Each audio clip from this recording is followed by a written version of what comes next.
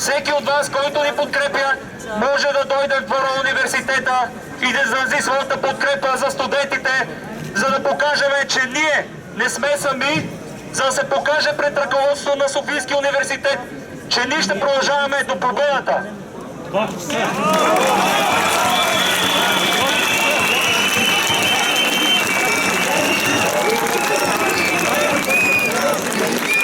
Винаги има нови и нови хора, които се появяват пред телевизор или които взимат микрофона, защото студентите са хидра и тази хидра има много глави. И когато се отсече едната глава, ще има на нея място друга глава.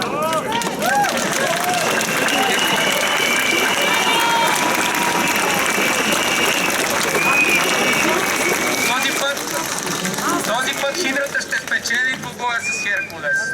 Херкулес е силен, но хидрата е вечна.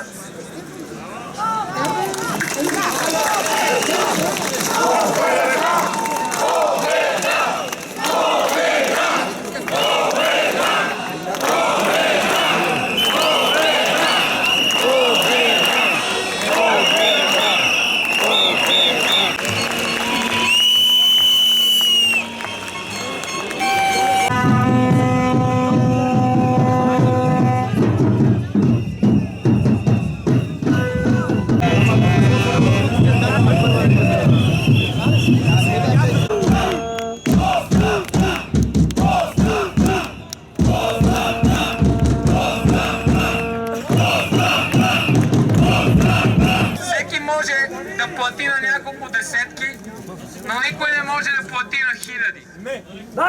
И докато има хиляди, тогава платените десетки няма да са важни.